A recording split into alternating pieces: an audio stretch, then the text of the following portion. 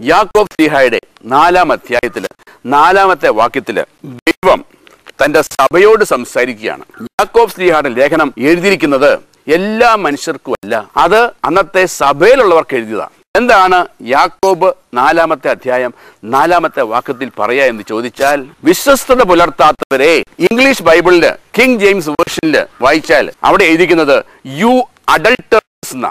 അതാണ് മലയാളത്തിൽ വിശ്വസ്തത പുലർത്താത്തവരെ എന്ന് വന്നത്. അത് യഥാർത്ഥത്തിൽ നമ്മൾ തർജ്ജമ ചെയ്യാമെങ്കിൽ വ്യഭിചാരികളെ. ഇവിടെ വിശ്വസ്തത പുലർത്താത്തവരെ, രണ്ടും അർത്ഥം ഒന്ന് തന്നെ. ഭർത്താവിനോടോ ഭാര്യയോടോ വിശ്വസ്തത പുലർത്താതിരിക്കുന്നവരുടെ പേരാണ് വ്യഭിചാരി. അപ്പോൾ ദൈവം ഇവിടെ ഈ സഭയിലുള്ളവരെ വ്യഭിചാരി എന്ന് വിളിക്കുന്നത് നമ്മൾ മനസ്സിലാക്കുന്ന വ്യഭിചാരം ചെയ്തിട്ടല്ല, തൻ്റെ മണവാളനായ യേശു ക്രിസ്തുവിനോട് വിശ്വസ്തത പുലർത്താതെ മറ്റാരെയോ സ്നേഹിക്കുന്നത് കൊണ്ടാണ്. യാക്കോബ് ശ്ലീഹായുടെ 4-ാം അധ്യായം 4-ാം വാക്യം ഇപ്രകാരം ആരംഭിക്കുന്നത്, വിശ്വസ്തത പുലർത്താത്തവരെ, ലോകത്തോടുള്ള മൈത്രി ദൈവത്തോടുള്ള ശത്രുതയാണ്. ലോകത്തോടുള്ള മൈത്രി ദൈവത്തോടുള്ള ശത്രുതയാണ്. ആരെങ്കിലും ലോകത്തിന്റെ മിത്രമാകാൻ ആഗ്രഹിക്കുന്നെങ്കിൽ അവർ തന്നെ ദൈവത്തിന്റെ ശത്രുവാക്കുന്നു. അപ്പോൾ ഈ വചനം അനുസരിച്ച് ഈ ലോകം എന്നുള്ള ഒരു വാക്കിനോട് ദൈവം എന്തോ ഒരു താക്കീത് നൽകുന്നു. സഭയിലുള്ളവരോട് പറയുന്നു, ആരെങ്കിലും ലോകത്തിന്റെ മിത്രം ആകാൻ ആഗ്രഹിക്കുന്നെങ്കിൽ അവർ തന്നെ ദൈവത്തിന്റെ ശത്രുവാക്കുന്നു. 1 യോഹന്നാൻ 2:15-17 വരെ വായിച്ചാൽ കാണാം, നിങ്ങൾ ലോകത്തെ സ്നേഹിക്കരുത്. ആരെങ്കിലും ലോകത്തെ സ്നേഹിച്ചാൽ പിതാവിന്റെ സ്നേഹം അവരിൽ ഉണ്ടായിരിക്കത്തില്ല. എന്തുകൊണ്ടാണ് പിതാവിന്റെ സ്നേഹം ഉണ്ടാകാതിരിക്കുന്നത്? ആരെങ്കിലും ലോകത്തെ സ്നേഹിച്ചാൽ പിതാവിന്റെ സ്നേഹം അവരിൽ ഉണ്ടായിരിക്കത്തില്ല. വീണ്ടും യോഹന്നാൻ 14:17 പറയുന്നു, പരിശുദ്ധാത്മാവിനെ കുറിച്ച് യേശു പറയുന്നു, ലോകത്തിന് ഈ പരിശുദ്ധാത്മാവിനെ സ്വീകരിക്കാൻ സാധിക്കത്തില്ല. അല്ലെങ്കിൽ യോഹന്നാൻ 17:9 വായിച്ചാൽ കാണാം, യേശു ക്രിസ്തു തന്റെ ശിഷ്യന്മാർക്ക് വേണ്ടി പ്രാർത്ഥിച്ചുകൊണ്ടിരിക്കുമ്പോൾ ഇടയ്ക്ക് വെച്ച് യേശു പ്രാർത്ഥിക്കുന്നു, പിതാവേ, ഞാൻ ലോകത്തിന് വേണ്ടി പ്രാർത്ഥിക്കുന്നില്ല. അപ്പൊ യേശു ലോകത്തിന് വേണ്ടി പ്രാർത്ഥിക്കുന്നില്ല. പരിശുദ്ധാത്മാവിനെ ലോകത്തിന് സ്വീകരിക്കാൻ സാധിക്കത്തില്ല. ലോകത്തെ നിങ്ങൾ സ്നേഹിക്കരുത്. ലോകത്തെ നിങ്ങൾ സ്നേഹിച്ചാൽ പിതാവിന്റെ സ്നേഹം നിങ്ങൾ ഉണ്ടായിരിക്കത്തില്ല. യാക്കോബ് ശ്ലീഹായിലൂടെ വായിച്ചു, വ്യഭിചാരികളെ, ലോകത്തോടുള്ള മൈത്രി ദൈവത്തോടുള്ള ശത്രുവാണെന്ന് നീ അറിയുന്നില്ലേ?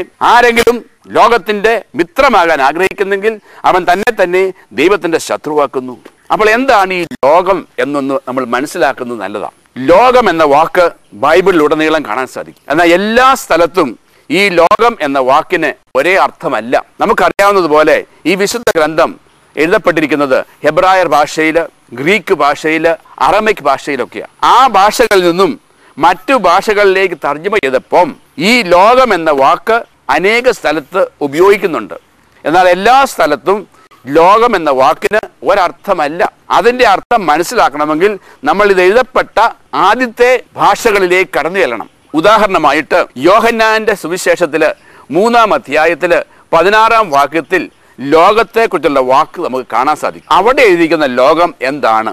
യോഹന്നാൻ 3:16 പറയുന്നു, തന്നിൽ വിശ്വസിക്കുന്നവരാരും നശിച്ചു പോകാതിരിക്കുവാൻ വേണ്ടി തൻ്റെ ഏകജാതനെ നൽകുവാൻ തക്കവണ്ണം ദൈവം ലോകത്തെ അത്രമാത്രം സ്നേഹിച്ചു. ഇവിടെ ലോകത്തെ ദൈവം സ്നേഹിക്കുന്നു. ഇതിനു മുമ്പ് നമ്മൾ കേട്ടുകൊണ്ടിരുന്ന വചനങ്ങൾ പറയുന്നു, നിങ്ങൾ ലോകത്തെ സ്നേഹിക്കരുത്. നിങ്ങൾ ലോകത്തെ സ്നേഹിച്ചാൽ ദൈവത്തിന്റെ ശത്രുവായി മാറും. ലോകത്തിലുള്ളവർക്ക് പരിശുദ്ധാത്മാവിനെ ലഭിക്കത്തില്ല. യേശു പറഞ്ഞു, ഞാൻ ലോകത്തിന് വേണ്ടി പ്രാർത്ഥിക്കുന്നില്ല. എന്നാൽ ഈ വചനം പറയുന്നു, ദൈവം ലോകത്തെ അത്രമാത്രം സ്നേഹിച്ചതുകൊണ്ട് തൻ്റെ ഏകജാതനായ യേശുവിനെ പോലും നൽകുവാൻ തയ്യാറായി. അപ്പോൾ ഈ ലോകത്തിന്റെ അർത്ഥം എന്താണെന്ന് മനസ്സിലാക്കണമെങ്കിൽ ഗ്രീക്ക് ഭാഷയിൽ ഈ ലോകത്തിന് ഉപയോഗിച്ചിരിക്കുന്ന വാക്ക് കോസ്മോസ് എന്നാണ്. കോസ്മോസ് എന്ന ഗ്രീക്ക് ഭാഷയിലുള്ള വാക്കിന്റെ അർത്ഥം മനുഷ്യരാശി എന്നാണ്. അപ്പോൾ മനുഷ്യരാശി അവിടെ പ്രതിപാദിക്കുന്ന ലോകം മനുഷ്യരാണ്. മനുഷ്യരെ ദൈവം വെറുക്കുന്നില്ല, മനുഷ്യരെ ദൈവം സ്നേഹിക്കുന്നു. ദൈവത്തിന് മുമ്പിൽ മനുഷ്യർ വളരെ വിലപ്പെട്ടവരാണ്. നമ്മൾ ഓരോരുത്തരും, എന്നെ കേട്ടുകൊണ്ടിരിക്കുന്ന പ്രിയപ്പെട്ട സഹോദരി സഹോദരന്മാരെ, നിങ്ങൾ ഓരോരുത്തരും ദൈവത്തിന് വിലപ്പെട്ടവരാണ്.